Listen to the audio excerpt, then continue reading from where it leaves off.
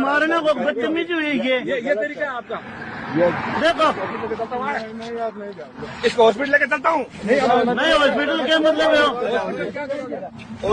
फक्त एक व्हिडिओ काय करू शकतो याचं उत्तम उदाहरण म्हणजे आत्ताचा व्हिडिओ। लोकांना वाटतं फक्त व्हिडिओ बनवून काय होणार आहे, परंतु फक्त एका व्हिडिओमध्ये सुद्धा संपूर्ण यंत्रणा हलवण्याची ताकद असते। नमस्कार, मी ॲडव्होकेट सुमित घोडके आणि आपण पाहतात कायद्याची भाषा। या बिचाऱ्या व्यक्तीसोबत अधिकारी ज्या प्रकारे वागले ते फक्त आणि फक्त एका व्हिडिओमुळे सगळ्या जगासमोर आलं आणि हीच आजच्या सोशल मीडियाची पॉवर आहे। तुमच्या मोबाईलमध्ये काढलेला एक साधा व्हिडिओ सुद्धा कोर्टामध्ये एक भक्कम पुरावा ठरू शकतो।